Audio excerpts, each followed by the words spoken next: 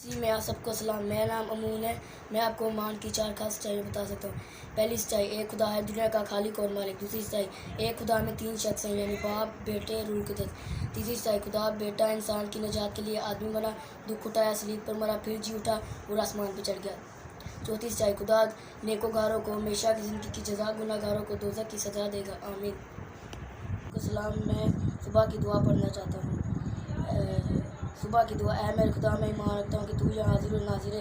मैं तुझे सदा और अपने सारे दिल से प्यार करता हूँ। तूने मुझे नेसी से पैदा किया और अपने बेटे की मौत से छुड़ाया और अपने रूह कुद्दस के फजल से पाक किया। और तूने गुज़री रात मुझको सलामत रखा और ये आज का दिन मुझको बख्शा। इन और बाकी सब तमाम नेमतों के लिए जो तूने मुझे बख्शी है, मैं फ़रोतियों से शुक्र करता हूँ। मैं अपने सब ख्यालात, बातें, काम और दुख तेरे दूर पेश करता हूँ। मुझे अपना फजल बख्श ताकि मैं तुझे कभी नाराज़ न करूँ, बल्कि गुनाहों की राह से बल्कि हर तरह से आज तेरी पाक मर्ज़ी पर चला जाऊँ। उसी में आप सबको सलाम। मैं रसूलों का किताब सुनाना चाहता हूँ।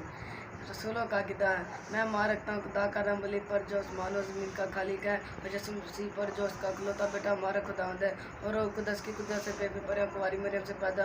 उसने पैंतूस पहला तूस के आयत में दुख उठाया, मसलूक को अमर गया, दफन किया गया, वज़न पे उतरा, तीसरे रोज़ मुर्दों में से जी उठा, आसमान पर चढ़ गया, खुदा का रम के दाहिने हाथ बैठा है, वहाँ से जिंदों और मुर्दों की अदालत के आने वाला है।